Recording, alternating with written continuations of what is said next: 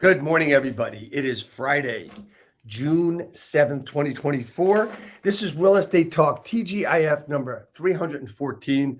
And you know what that means? That means we've done 300. This is 310 weeks in a row we've been doing this broadcast. And the whole idea behind Real Estate Talk TGIF is to give back as much as we can to the real estate community and to have fun doing it and have great conversations with great people. And today we have none other but the great Jen Wehner, CEO of the Wehner Group at eXp Realty in Scottsdale, Arizona. We've got a great story. We're going to talk a lot about have some fun. What do you think, Jen? You ready to rock and roll? So excited, Dave. This is really great. So anyway, why don't we just go into the intro video? Hit it, Nelson. Real estate agents, are you looking to acquire clients consistently to grow your business and income for a great lifestyle? Well, this is Dave Finale, and I'm here to bring you the Real Estate Skill Builder broadcast, Real Estate Talk TGIF, brought to you by Real Estate Skill Builder and the Modern Agent team. Well, here we are. It is June 7th, as I said, 2024. And anybody that's watching this, you're going to need to take notes because there's so much great stuff that we come up with and we talk about. And that is our goal, to give back to real estate community, be that mortgage, be that any part of it. Today we have Jen Wehner from the Wehner Group out in Scottsdale, Arizona. And that's not where she started.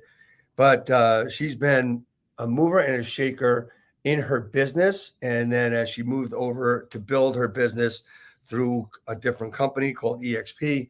And yes, it is true that I do have many eXp agents and team leaders on this broadcast. And the reason being is that this is not an eXp broadcast. This is all about helping agents with the best of the best. We believe in collaboration over competition. And we just want to help everybody do such a great job in their business. And that's why we just have the best. And, you know, nowhere else in this business are top leaders, top agents willing to talk about their story, their trials, their tribulations, their excitement, their losses and their wins. And we're here to tell you how to win. And that's one of the things. So Jen, welcome. So honored, Dave. So honored to be here. Excited. I'm so glad you're here. To start the broadcast, before we get into our conversation, I have to ask you a question. That question is really simple. What does TGIF stand for? That's thank God it's Friday, right? Yep, you're really close, Jen. I love the people who Thank be God right. it's finale. What, say that again? Thank God it's finale. You're so smart. That is correct. Ding, Okay. ding, ding, you better ring the bell. And that is it. Well, let's ring the bell here. Awesome. So anyway, so we're going to get started. Thank you so much for that. I appreciate that. Jen Wehner, CEO and team leader of the Wehner Group, got into business in real estate in 2003 as an investor, founded the Wehner Group, and rapidly scaled to over 200 million in annual volume. Her achievements include amassing $1.5 billion in production, receiving so many accolades, Team of the Year award, all different kinds of things. Also recognized by Real Trends and has earned the Women of Strength Award. Jen, there's so much more I could talk about. You're also an author, Renaissance real estate agent. You know, there's so much you've done. Your excitement, your passion, and everything is so attractive to a lot of people out there. And I'm so pleased to have you. Thanks for being on today. Thank you so much. So Jen, let's get started. Talk to me about your journey, 2003. What about before that, after that? How did it all roll in to you being where you are today? Well, when I was 0 hours old, I was in Riverside, California. And, I kind of grew up as the odd one in school, the odd one in my family, because I love freedom too much. I think I ran away the first time when I was 2 years old.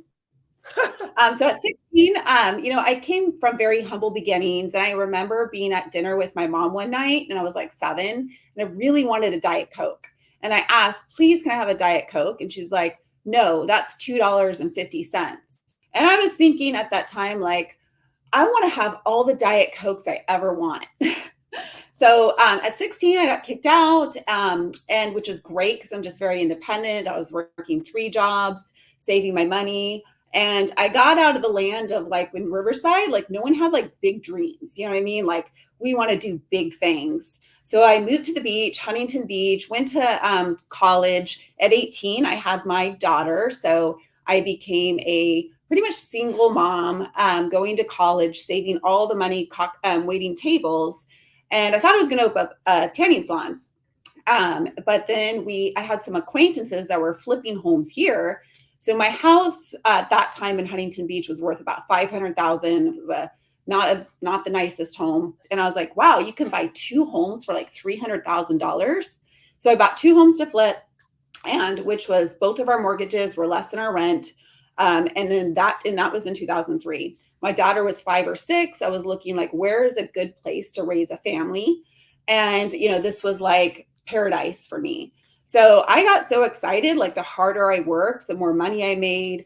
And truly it was something not just about money. It was like, I loved it. It was fun. It was like a game, and there was people in it. And, and then I started buying investment properties. I started building luxury homes. And then 2008 hit, it wanted its money back. And so, I had to pivot, and I pivoted just a little bit too slow because I was not surrounded by big minds back then. I was like, as a lone island, and I didn't know what was coming. So I got into REO, I got into short sell, I did okay. But I lost all of my luxury homes because the market hit, and these $1.2 million homes were now worth $350,000. So that was like, I had multifamily. They all went down like 70%. I had these, the adjustable rates that hiked up. So I pretty much had to light everything on fire. And I still remember the day I was worth 0. And it was an amazing day, after you're like millions of dollars below. Right. And so that was like 2011. And then I got into investment properties again, bidding at the court steps, putting them on the market. And when I did put these homes on the market, I was not just looking to sell the listing. I was looking to get as many sign calls, as many internet inquiries, like really squeeze the lemons out of every sale I can get. Because sometimes these sales were like $25,000 back in the day. And I got into more luxury homes and we saw a lot of opportunity, not just on the lower end, but some of these 600, 800 back then, 2011, 1. Right. And what year was this, Jen? 2011. Okay. So yeah, quite a bit ago. But I'm I feel like I'm a lazy person on the inside, trying to find a way to be lazy, but I'm going to work forever. I love it. I know what you mean. Yeah. But I love scale, so in 2013, I joined my first mastermind. That's how long it took me in real estate to join like a mastermind with people that were much further ahead than I was. So that's when the game changed for me. And I started to build my team in 2014 intentionally. I still have 10 years later, my very first buyer agent. So I got an assistant first. I was going off of the MREA, Gary Keller, Right. and got into more scaling expenses. I took more listings, handed the buyers off to my team. Moved to like 3 or 4 agents, but when I started to build and get to like 4 agents, I know it sounds so small, but I was struggling. Like all of my production, I was selling like $30, $40 million myself. And then the other agents, all 3 of them would sell like 15, and they were expensive, and my business was expensive, and I was struggling. So it was 2018.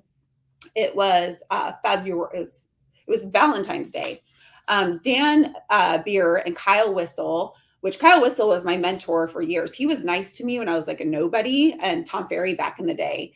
And he invited me to masterminds. Then Dan Beer, I was so impressed with him. I said, Dan, this is when I was with Remax. I was like, Dan, if I pay you $5,000, can I come shadow your office for a day? I want to know how you do it.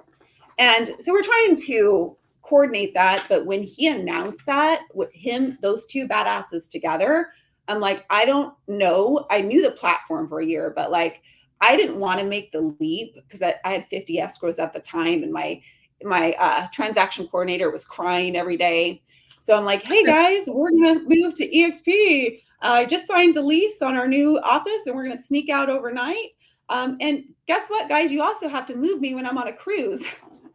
So I got on a cruise. It was like kind of like probably like the way a meth addict feels when they get off meth. That's how I felt like when I didn't have cell phone reception. And I was like, I'm trusting that my team has this. And when I Yes. got back, they were moved in.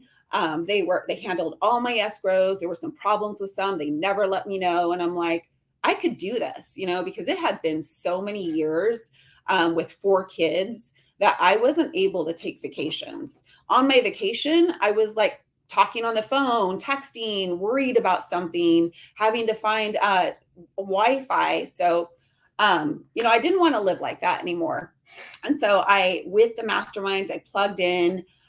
2000, I was able to make quantum leaps in my business.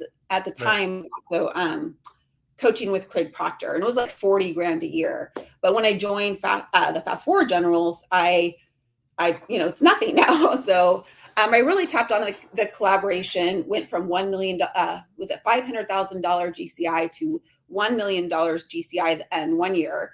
The next year I made 1.5 million GCI. So it was really growing fast. And so fast track today, there's been a lot going on, but I have 55 agents on my team. I have 550 agents in my network.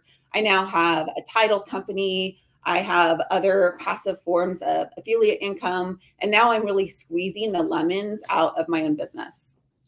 That's fantastic. It's a great story. And there's a couple things in there I want to ask you about. You said that when you go on vacation, when you were going on vacation, you were texting and you were calling and doing everything that you were doing. And it really wasn't something that you were able to relax in. And I completely, totally relate to that mostly in 2 ways.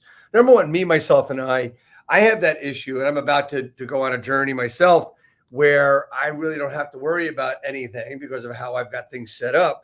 But more importantly, over the years, it was like, I'm going away with my kids, and I've got, we would drive down to the Jersey Shore 2 hours away, and I would leave for 3 days twice in the middle of a 2-week vacation to go up and check on the business and come back. Yeah. Right. And then I was always on the phone no matter where I was. And then, okay, that's me, right? Couldn't release, didn't have the people in place to release. And then there's the usual solo agent that has business. And they always say, and tell me if I'm wrong, in your area, they always say when I'm about to go on vacation, the phone starts ringing and I get all this business and I don't know what to do. And I'm going to be on the phone the whole time. I'm not going to trust anybody with my business. How do you tell them, Jen, to let go? How do you tell me to let go? How do you do it mindset wise, or it is impossible? Yeah. You know what? Like I said, when I started out, when I was 2 years old and I ran away, like freedom is everything. And when you have chains to your business, there is no freedom. So for me, like the most powerful thing I wanted was freedom, and freedom to give. Like my most important things my whole entire life are my 4 kids. And I'm like literally walking around with mom shame like every day because I'm working so much. And I'm like, sometimes I'm like missing a kid's game. Sometimes on July 4th, I have to go work all day. So that is what, really it's a leap of faith that you have to take. And when you actually get to know people, and I always say traction is one of the best books you can read. Also, and I love this, it's the Rocket Fuel. And Rocket Fuel is like easy read, but it really gives you a good feeling of who you need. And those who's are everything. And I would say the downturn of this market in the last 2 years, I had 12 employees before the market hit. Now I have 3, and I'm running more efficiently on 3 than I ever had on 12. But it's because number 1 of my integrator, number 2, my sales director. But when you find that person, it's like slow to hire, quick to fire, like learn from these books of the questions and who you need. But when you have that person, you will build that trust. And, if you're going to make your first hire, don't make your first hire and go on vacation the next week. Plan to train them in like 30, 60, 90-day segments. And by 90 days, and actually sometimes it's like day 2, day Right. 2, I know it's not going to work. But if they're hitting the milestones 30, 60, and 90, you're going to see the proof that you can actually give your family, yourself. Self-care is kind of important, let's not die. Right. So yeah. Oh, so does that answer your question? Yeah, it does. I mean, it's a matter of being it's a matter of being prepared, it's a matter of being organized, a matter of also knowing that you do have your shit together and you do know what you're doing, and to give yourself some credit too. But the hard part, I think, is what you said, is the leap of faith. That leap of faith, or to have that blind faith, so to speak, to allow your people to do what you brought them in to do, rather than you being a micromanager and probably, when you're away, a pain in the ass, right? So, Yeah. you know, I still think it was so funny. I like back in the day, like this agent was so like horrible, and she's like, I don't want to talk to your assistant. I only want to talk to you because I can do things so much better than any assistant. And then she faxed me her contract, and it was upside down, and then it was blank, and she couldn't figure out her fax machine. So, and most of us agents are never going to make good micromanagers, but if it's the right person, you're not going to have to micromanage them just up front, so you can inspect what you expect. But having those milestones, taking care of your people, they're going to take care of your clients. There's so many times my transaction coordinator saved my ass, like making the client happy. So, I mean, so much that she was able to handle in the reviews. Not only would they list me in the review, but they would list my assistant. They were so amazing. They were like partners. So, and it goes back to collaboration. You can't just hire one person and think you could do it yourself and everything. You have to collaborate. And with that, can I give a little science fact on collaboration, on how powerful it is? go for it. So they have discovered, how there was 21 different species of Homo sapiens back in the day. And there were also Neanderthals. And actually, Neanderthals were more intelligent than humans, the Homo sapiens. So it looks like what, they're now discovering is there was a war. So they're warring at each other. Well, the Homo sapiens won. Why did the Homo sapiens win? They were the most friendly tribe. They were the ones that had families that wanted to protect, they loved. That collaboration literally is why Homo sapiens are here and Neanderthals are not. So that's just a little science fact. But when you collaborate, you're not just learning what to do and what's working right now, but also learn about their failures. Learn about like, hey, I tried that for a year. It didn't work. You're going to save yourself a whole year of failing. So I'm learning from other people's fails. Of course, I fail way more than I win.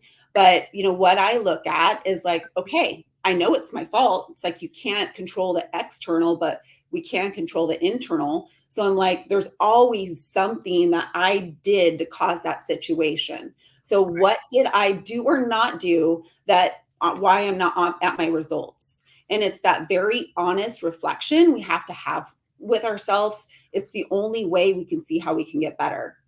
Yeah, I think it's really important. Responsibility is what you're talking about, right? And a good friend of mine over the years has always said that, no matter what happens, you're responsible for it. And that man is John Cheplack, who's a friend of mine, worked with him for years. John's a great man. And, it's like if you have a car accident, it's your fault, even though they hit you, right? Mm-hmm. That happened to me. And I realized my responsibility because I changed what I said I was going to do, and it delayed me. So I was in that position at that time to get in that accident.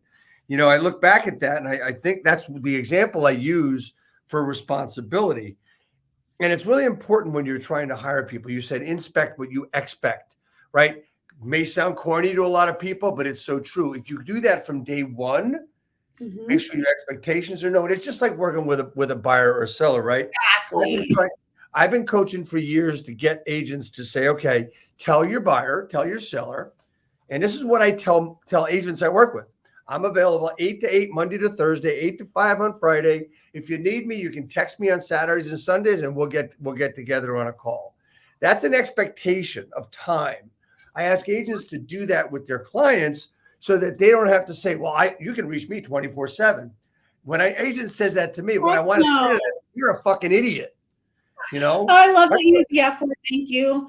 My value proposition is that I'm not like a 911 operator. I'm not going to answer your call 24 hours a day. So yeah, every time, like not every time, but like most of the time, when I'm working with a seller or buyer and they're doing obscene things like calling and texting you at 9 o'clock at night and expecting a response, whether they're like expecting updates whatever it is, I just look at like, okay, how can I set better expectations so they know, I'm not Right. going to get back to you if you text me unless it's an emergency, but 9 o'clock at night, I'm in bed. But also what I did to create balance with my life when I still didn't have a team is on us. I would tell my sellers, I don't work Sunday.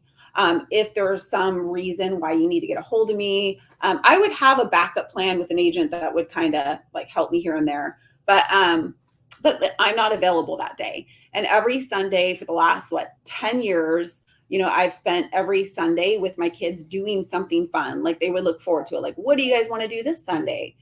So it's again like setting the proper expectations. You're going to meet with a buyer. We all have to set expectations on the market, right? Like Right. this new market we're in. Gosh, in August, we're going to have them sign something before they ever go into a home. What kind of expectations are we going to have to set now? So yeah, we have to get very like focused on not just handling the transaction, is like preparing beforehand. How can I better prepare my buyers or sellers to be the most successful in this new market we're in? Absolutely. And so I want to segue into transactions. And one of the things you said a couple of times is squeezing the lemons out of every excuse me, out of what you do, out of every listing, right? And we talked about that the other day. And it's always been my thought process with communication and everything else. If you do things the right way, you will get 2 to 5 transactions out of every transaction you do if you do it the right way. Now, there's a lot of agents out there that are doing business. They say by referral, but what they've done is they've done a really good job with all the deals that they did, that all those people referred them. I just would love to see them work on the people that they already know to build their business, exponentially. Talk to me about what you've been able to do in order to do that by squeezing the lemons out of every list and getting 2 to 3 to 4 or 5 transactions out of every deal. So first of all, like obviously, like sign calls are important. And they're more like people think like, no, it's the new internet age. Yes, it is, but they're seeing these homes on Zillow and they're driving out to the home to see if they like the neighborhood, to see if the house looks nice, because they just don't want to call and talk to an agent. So when we get sign calls, that is golden opportunity. If like you're just quoting like, yeah, it's a 3-bedroom, 2-bath, and it's 300,000. Oh no, I'm looking for a 4-bedroom. Okay, have a nice day. No, like how are you going to talk to that buyer about the other 4 bedrooms, the other 5 bedrooms, Right. explore why they like the neighborhood? Is there another neighborhood? We tell our clients, if you're ever going to show one house, you always have to have at least 2 backups and hopefully one off market. You're going like what we do and what we've done plenty of times is we door knock the neighborhood. Client will do a big open house, which I'll tell you a little bit more about our marketing plan. But we'll do like a 1 hour before the open house. We'll send these like really pretty like invitations that are cheap to print out, and we'll go door knock them. And like 2 streets down, another 2 streets down, as long as it's in a good neighborhood. And you really want to focus on like the best listings to do are like the ones that are easy to get to. So with that, like, yeah, we get those looky-loo sellers, but how many times do we take the looky-loo sellers, talk about like the value proposition? We use Fellow, which is like really sexy to re-engage. But I can't tell you how many listings we've gotten from that. I can't tell you. One time I went to go lock up an open house at like 4 o'clock, and some guy, while I was putting the signs away, I was almost ready to drive away. He's like, "Can I see it?" I'm like, "Yeah, of course." It was a 3 million. I think that one was like 1.5. But he ended up buying a $3 million house and listing his $1 million house. That's okay. So with that, obviously social media is powerful.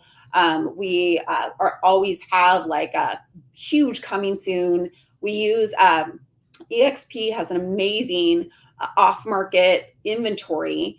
So we put it on that. We send it to our team. We send it to our database. So that's a big important one, is not just like putting it out there for buyers to see, but actually pushing it out to other buyers. And hey, it might be a home that's not like in their exact criteria, but if you're just sending them something, they're like, oh, you're out there, you're staying in touch, you're putting, possible properties in front of me. It's just meant to get the conversation going.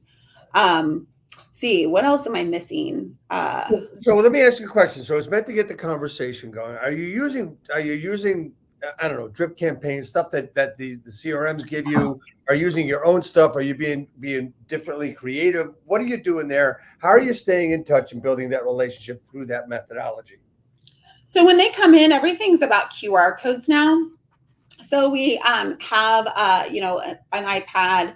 We have a QR code. We just say, this is, we're going to send you all the details of this home, along with, descriptions. So you have everything. So they'll, scan the QR code. It's just name, email, phone number. And then they get like it's through High Note, some information about us. You're able to do a lot more online with it being interactive. And then from there, we're able to put them, we use Follow Up Boss, and we're able to put them on like drip campaigns, but we don't get off the high horse here. We are going to be on the pedestal for the next probably 100 years in real estate, telling agents they got to pick up the phone. So like everyone that comes in, even if you start with like what the feedback was, but, when are you, are you looking to buy or sell this year? And anyways, it's to start the rapport. You have to follow up. Most, like 99% of people that come into an open house are never going to buy the actual house, Right. But it's just going to be a carrot, where you're going to take them to the next house. Right. So you've talked about a lot of different systems today so far, and use the QR code. I'm curious as to the system you use. I know QR codes. I know High Note. I know Follow Up Boss, et cetera. But I'm curious as to when someone comes into your open house, they scan the QR code and that's how they register? Yes. And then that's what gives them the High Note with all the interactive, and then zaps to our CRM. Do you ever have problems with people not wanting to do that? Honestly, I'm not doing open houses at this point, so it's Right. our agents. But no, what I did in the past, because I did do open houses in the past, is I just say this is a seller requirement. But Right. no, Yeah. no, not really. They might put in wrong information. Right. There's a lot of different ways to do it. I'm always curious. I always ask that question when we're talking about open houses. So you mentioned, like I said, some systems and processes that you leverage. Now, everybody who will watch this broadcast later on and just heard me say that, Jen uses systems and processes to leverage so she can build and grow her business. Is that a correct statement? Yeah. So my book is a Renaissance agent in the art of systems. So systems are everything. I see systems everywhere in my personal life, my professional life. I love leverage. So I'm going to leverage off of meal prep services, cleaners, organizers. It's all a system. Calendar. I could not survive without my calendar. It's color coded. There's even a system for boring dinners. If you chew, carne asada, you order, you chew it, and it looks like you're smiling. But the science fact of this is the more you chew, the bigger your brain, the bigger your brain, the smarter you are. So I'm not really listening to their boring conversation. I'm just eating my carne asada. But, don't want to get too offhand of my silliness. But No, the systems are everything. My integrator handles all the systems on like the back end and the operations. We use Zaps, which is why I like Follow Up Boss, is because of the integrations. We put it into Follow Up Boss, it zaps over right to Zillow, and it interacts with Ylopo. Ylopo is a assistant for us 24 hours a day, so we can say that.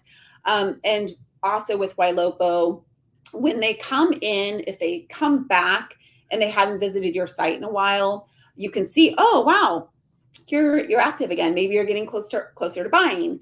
If they were like looking at homes in, like, say, Chandler, Arizona, And they came in through that, but you can see on the website, they're looking in Scottsdale, you're going to be able to call them with more information. So it's amazing that we just have these high intent buyers all through AI and technology, literally building our call lists. And even the ones like sometimes we dismiss agents, prospects, if they have like a bad number. But we just put in escrow yesterday. It was somebody that had a bad number, but was still getting those leads through. We were still getting the notifications that they were on our website and they were active. One time I converted Fart. They came into my website, first name Fart, last name Fart. And then I kept trying, and then they sent me an email. They're like, okay, that home looks great for us or whatever, but my name's not Fart. So I think that's really interesting, because most people are going to say next, they're cross them off the list. So when we talk about systems, you're talking about leveraging, you talk about scaling your business, and thank goodness, you're there enough, you're with it enough with Rocket Fuel and Traction. There's two great books. Being able to work with your integrator, you're the visionary, they're the integrator. You're able to put this stuff together to leverage. But one of the things that's really important, but the thing that's important is you're building lists, you're building a database, right? And the database is where everything flows from. And because of the systems, you've got these databases that you work with. Talk to me about how everything leads up to the database, how you built your database, and the important things that everyone needs to look at when building a database and how to use it. Yeah, because when I first started, I think I had a database of 2 or 3, for my first open house, and now it's like 60,000. So it definitely, don't let it get away from you like I did, so I've always used a database. I am like there's no way that our heads are going to remember all the information that goes into them when we meet our clients. I remember when I worked at restaurants, I always wrote everything down, because I could have got stuck at another table flagged me or something happened and now I forgot. And when you go to a restaurant, that server doesn't write down your order and then they botch it, right? So I am on every lead that comes in, I meet them, a note goes in, every call goes in, there's an action plan that's going to automatically send them some drips and some emails, but they're also going to notify call, text, email. Not enough agents are using email, even though you have to use it right. But email is the number one form, the number one channel of communication for Generation X. And Generation X is a pretty good segment of the home buyers and sellers. So, and I literally lost money, feel my pain here. I went to a listing presentation for a $700,000 house. It was $800. Quoted them the price. I knew she was going to sign with me. She called back. She's like, yes, I want to go with you. What was the price that you quoted again? Crap. It's not in my notes. So I quoted her a price $50,000 below of what I quoted her at the listing appointment. And I did not get the listing. So, in our notes, say they want to wait, their dog died. They want to wait a month. Well, when they call back, that their dog died, oh, how's Fluffy, or so whatever. Yeah, 100%. So it's so important to have segments like your hot list, so who to call, and that could either be for Ylopo. Statuses are everything. So did you meet them? If it's just sitting there they came in, did you ever talk to them on the phone? Have you met them in person? Did you show them other homes? Have you ever? All has to be in there. Let's see, tags, there's so much, and just integrations, what integrations in technology that are very, very easy to use are going to put me in front of the most amount of people, providing value. And that's so important to do that. You build your database. So when you're talking about segmenting the database, are you talking about ABC leads? Pretty much. Different types of databases? Talk to me a little bit about that. Yeah, they're really segmented, from the time they come in. So what we're going to do is first look at where the lead is. Did you have a conversation with them? If you had a conversation with them, did you book the appointment? We know each way. So if you are talking to them, you should at least have a 50% appointment rate. If you have, so say you're doing good there, You have a good appointment rate. Did they meet you? So maybe you're setting these appointments, you're not doing something to make those appointments sticky. Right. That's your gap there. So after the appointment rate, did you show them extra homes? So if you're not able to get past the first appointment and set the second appointment, if you've never been able to get there, that's what you need to focus on, is what am I doing at the appointment? After appointment, are you making offers?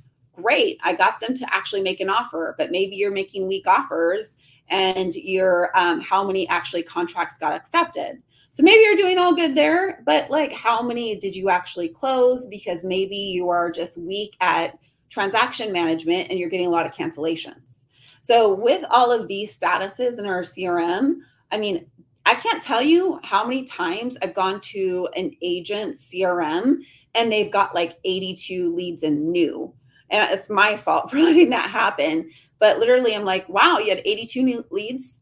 Wow, that's a lot of new leads. And you haven't called any of them? No, I did, but I just didn't put them in follow-up, boss. How am I supposed to know that? How are you No, supposed to know that? I'm exactly. like, you're either like the most intelligent human I ever met, or you need to use your CRM. So here's what I want to say. I want to add to that is I asked you all these questions because there's a lot of points that you're making about leverage, and you can't leverage without the systems. And if you're not using the system, why even have it? Follow up boss. Let's just use that CRM or any CRM you want to use. One of the things that I like to push agents to do, and the agents I work with especially, is everything needs to be in that CRM. Everything you do needs to be in that CRM. Because like you said, how are you going to remember? How do I know this? Why do I know? Why do I do it? Because I know that when I talk to somebody at 10 o'clock today, I might forget by 12 noon today what I talked about, because we're all doing so many things, because we all think we're multitaskers. Oh, and by the way, if you're a multitasker, stop doing it. Focus on one thing at a time and then go to the next, period. When you're doing one thing, you do one thing, period. Anyway, that's the. Yes, I know. I coach that because I have a habit of having 9 tabs up and looking at my phone and stuff too. And that's every time you take your attention away from one subject, it's going to cost you at least 2 to 3 times to get back to it. So I just tell our agents, like, 99% of agents don't prospect like they should. So when I look at their time, like, how are you spending it? Like, and usually it's that, right? Pause your inbox. Do not disturb on your phone. This is an appointment to you. And if you're not honoring the appointments to you, you're letting everybody else rule your world. So you're the one that should be ruling your world. So you're going to do, like, have your snacks, get at your computer, come to the office, whatever you can do to make sure your butt is in the seat making calls. Or for me, I like to stand up and make calls. But those are just little systems to help stop distracting us. Don't look at your social media, notifications either. Take a pause off that. But you're going to be able to be fully focused in there to, do your highest money dollar per hour is your lead generation activity. So when we talk about eliminate distractions, we're talking about having some type of schedule or calendar or something like that, and turn everything off and don't allow the distractions. And is there an easy way to do that? Is coming to the office a way to do it? Is it just having a calendar and committing to it with a discipline at that certain time to do those money making activities, such as income producing activities, such as prospecting, making phone calls? Is there a trick to it? Is it mindset? Is it discipline? Is it just like, let's rock and roll and just don't let anything else get in your way? Yes. I mean, come on, let's be honest. When we're at home, we get hungry. The fridge is right there. Yep. The Amazon package just came. Your laundry just dinged. You're going to be distracted. So I have always worked better at an office. Yes, I do have a little woman cave area. So when I am at home, I can do it.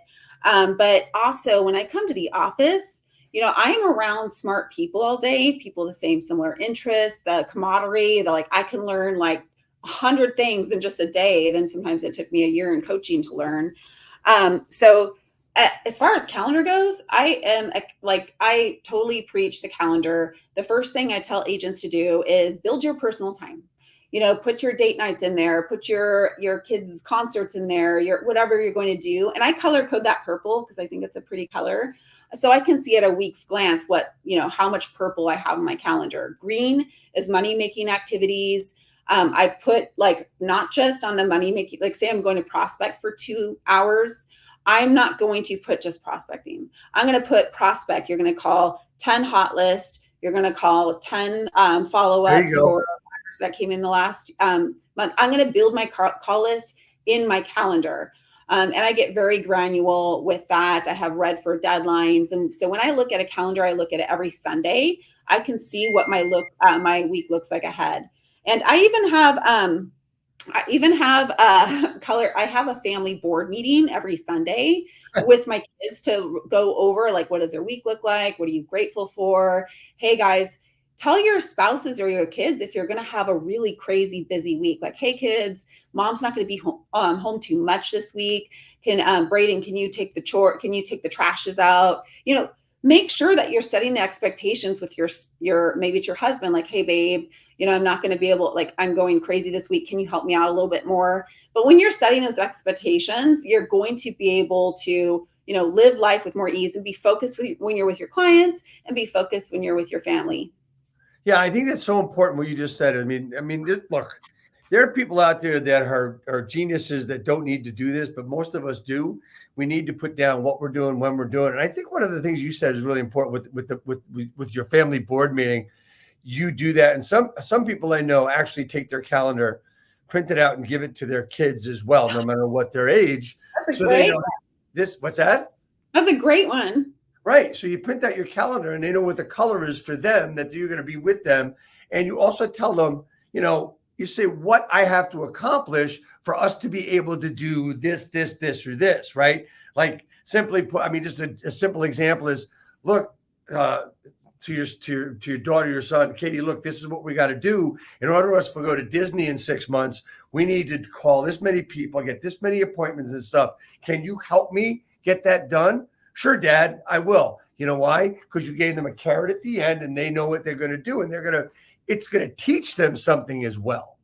Right? Exactly. And we got to, I mean, gosh, this new generation of people just living off social media, it's so important that they learn real life skills. I like to bring them to work, and sometimes I bring them to show homes. But when they really see what you're putting in and why you're doing it, they have the initiative, like, wow, like that's cool. I want that. And now my 2 other kids want to be entrepreneurs. So in real estate. So I'm excited. That's great. That's fantastic. And all of this, what we've talked about, Jen, so far, has to do with you being a leader. Let's face it. I mean, you've been a leader your entire life. Everybody can have passion. Anybody can have the passion. But in order to organize and to lead that passion to where you've gone is a feat that's absolutely phenomenal. I mean, it's just what you've done, where you've done, how you've done it has just been important. Talk to me about some of the leadership skills you use and are very important to you. Yeah. And, when the market hit and when the interest rates came out in 2022 and like the sky was falling, I remember Dan Beer saying this. He's like, it doesn't matter who you are in the industry. You're new, you're experienced 20 years, you're a team leader. We're all new agents in this market. That's because right. Things turned overnight. Like I look back and like I kind of had a little bit more of an ego because I wasn't humbled yet. But when I did get humbled, it was like, crap, I need to learn how to be a leader because it's scary, and I can't be scared. I'm going to lead with fear for my team. So, I'm a learning junkie. John Maxwell, for me, it's always trying to get better. Now it's not going to be focused more on production. It's focused on leader. And, I will say that, yeah, I make it look as good as I can, to everybody else, but sometimes it's a complete shit show, behind the curtains, but I kind of love chaos, because I love solving problems, so it's like, give me a problem, just like Vanilla Ice, I'll solve it. But as far as it's always a journey. I'm always right now, my favorite new book is Mental Dynamite by Napoleon Hill and Andrew Carnegie. And it's really, really sinking into just not just my head, but my spirit of how I can be a better leader. And it's really that whole abundance of I feel like you would not have to pay me to do what I do now. And it's so much exciting because the more we help people, the money will always follow. Right, right. Oh, exactly. I mean, I think I don't think you give yourself enough credit for what you've done and how you've accomplished it, and the leadership skills you've used, and it's amazing. You've used outside people. You've been coached. You've done a lot of reading. Jen, out of curiosity, what's the number one book you would recommend to any agent out there? Well, I would, can I give a mindset book? Sure. Okay, of course, my book, but my number one book I am now gifting, because if you know me, I'm probably going to gift you a book. But it is Mental Dynamite by Andrew Carnegie. And it's really just about Andrew Carnegie and Napoleon Hill. But if you want to, dream big, and think big and know how like you can create wealth at such an abundant level and leave the world a better place when you leave, that would be more the mindset book. As far as real estate books, I mean, it kind of goes back to that. There's the four, I will say, in addition to Traction and Rocket Fuel, which would be like those are like the Bibles. Atomic Habits. Oh, yeah. For me, I'm like, it really, really helped, not just professionally, but personally. Yeah. It's just like that stacking, because I tell my agents, if you're going to try to go from 0 to 100, like zero calls today and 100 calls this week, no, you're not going to go from it. But can you make 5? Come on, everyone can make 5. Great. Yeah. You do it. You can make 10. Now you can make 20. And for me, it was like really helpful for me because I love eating at night for some reason, lots of cupcakes and chocolate. I work out really hard and I like diet all day. Like I was destroying myself, but I would wake up the next day and be so like, oh, why did you do that? And so hard on myself. But I was trying to go from like crappy to perfect, like overnight. And so like I slowly started to build that. Okay, I went 3 nights without eating past 7. Great. Next week I can do 4. And it's really that stacking of like, what you need to do. You put it in your calendar. You have lead generation. You have lead follow-up. You never let your pulse off that. You know how many buyer appointments, how many seller appointments. You're going to start to know how many calls do I need to get an appointment? How many appointments do I need to get a transaction? When you start measuring that, you're going to know exactly like what you need to be hitting every day. And because we like come into this industry with like, oh, it's freedom. Like, okay, which freedom of which 12 hours of the day you want to work. But if you're putting the right things in your calendar, it's going to be success a lot quicker, a lot easier. You're going to just know like how you've been spending your most valuable asset, your time. Absolutely. And when you, so many people say, oh, okay, I need to read a time management book. Guess what? You can't manage time. It doesn't stop. You can't stop it. You can't rewind it. This is not Netflix. You have to keep going. It's the story of life. For me, when I'll share a book. Just finished reading it for the second time, called Quiet Mind, Epic Life by Matthew Ferry, which is just an amazing thing. If you wake up in the middle of the night and your mind is racing, read this book. It will help. It's not perfect, but it will help you. Right. Anyway, Jen, it's been so great having you on today. This has been an amazing thing. And I've learned so much. And also what I love is that, it's great to hear that others are doing what you're doing. A lot of times it's always great to hear when other people are having the same problems. You had the same problems growing your business. And a lot of people have the same problems growing their business. And what they learned from you today is the certain systems, the certain processes that they should be putting in place in order to build and grow.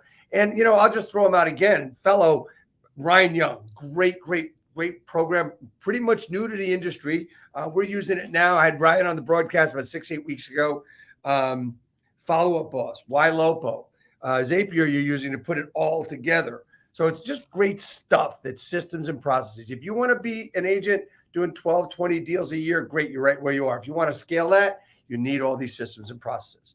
So with all that being said, Jen, it's been a great time with you on this broadcast today, which is we gave back so much. You gave back so much. So I've just got 2 things left to do with you, if that's okay. And the first one is a question, and it's really simple. How do I help you grow your business? How do you help me? Yep. How do I help you grow your business?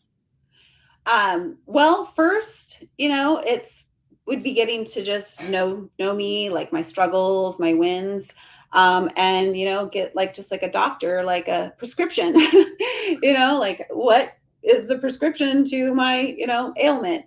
But that's kind of how we handle our coaching sessions. But for me, it's just like I ask more questions now than I do of just telling people what to do. Right. Because I'm learning so much more about them, and not everybody has the same prescription. So I probably have a really special prescription that, might take a little bit. But. So let me ask you this question. It's a question that we can ask is, what does Jen have to do over the next couple of weeks to make an impact on her business and the lives she cares about? So one thing I realized I needed to do, because as I grew my team, I wasn't as involved with my agents. And I love to help grow their business. So I have been scheduling one-on-ones with, more of like my rising stars, our top tier agents that are like, we're all in for production. And now I've been able to see like, okay, they were kind of struggling. I didn't know they were struggling. One of my agents, she went down from like 10 escrows a month to like 3, but she was still working a lot. And I'm like, hey, let's have a coaching. And like, that was like last week, and she's now already prospecting. It's on her calendar. And she's already engaged a few people. And so she's got a lot more optimism. And so that's one way we have like leveled up big time on our training. So when NAR hit, that was like a Friday, we had 100-person watch party in our office, 100 agents. And then we had 7,000 agents on the call. And then it just came to me. I announced it at the 100-person. I'm like, hey, we're going to do buyer and seller presentations every Wednesday to prepare ourselves for NAR. We need to do this anyways. We should have always had a presentation for buyers, because why are we treating them different from sellers? Exactly. And then every Wednesday, we've launched it. We get buyer certifications, seller certifications, and objections. They're actually role playing, like asking for the, we have a VIP agreement instead of a buyer broker agreement, but getting the VIP agreement signed. So that has been really helpful, just getting the agents doing it. We have really leveled up accountability. We have thinned our team. Like, we don't need the weak agents. We're going to have Darwinism on our team, just like the whole industry is having. And it's serious, not scary, but serious. But I love it, because obviously I've gone through some crazy shit in real estate, but out of that, like, I learned so much. And what I did learn is just like from Warren Buffett, like, everyone's scared, run towards it, because there's more opportunity in a down market than there'll ever be in an up market. Yeah. And I mean, it's just so important to do what you're doing and to grow. And last but not least, Jen, I know a lot of people have been on this broadcast that have come before you, and that's probably why you came on, because you said, I got to get that hat. So here's the hat. We're going to get you a hat out in the mail. Jen, I want to thank you so much for being on today. Next week, we're going to be coming to you from a little different place. I will be broadcasting live from, Paris, France. And we will have a good friend of mine by the name of Chris Tarda, who had his own team, is now along and aligned with the Align Group. Chris Tarda is a great realtor in New Jersey. And then we've got so much more coming up, because the week after that is my 6 years in a row, 312 weeks in a row. And that our special guest for that will be Grant Wise. So, and he has been for the past 3 years. So Grant's a good friend of mine. But anyway, Jen, I want to thank you so much for being on today. And guys, you can reach out to Jen. Her information is scrolling. Her Instagram is right there, front and center. Her phone number, her website, all this fun stuff. Jen, just stay on for a minute as we finish. And thanks everybody for coming today. And we'll watch it later on. We'll see you all again from Paris next week. Hit it. Namaste.